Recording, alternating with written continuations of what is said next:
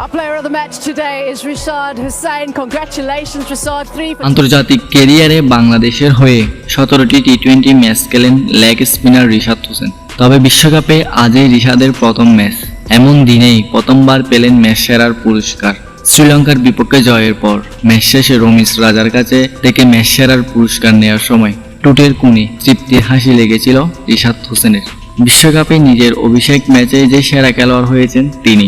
Match সেরার পুরস্কার হাতে নিয়ে রিশাদ বলেন, আমি সেরাটা দেওয়ার চেষ্টা করেছি এবং নিজের শান্তির জায়গায় অটল থাকতে চেয়েছি। তিনি বলেন, পিস বোলিং করার জন্য খুব ভালো ছিল, তবে আমি অবদান রাখতে চেয়েছিলাম। 15তম ওভারে হ্যাটট্রিক সম্ভাবনা জাগিয়েছিলেন রিশাদ। সেটি না হলেও তার এই জোড়া আঘাতে মূলত ম্যাচের মোড় ঘুরিয়ে যায়। রিশাদ বলেন, ওই সময় হ্যাটট্রিক সম্ভাবনার ফলে আমি চেষ্টা করেছিলাম ভালো বল করতে, সবকিছু স্বাভাবিকই ছিল।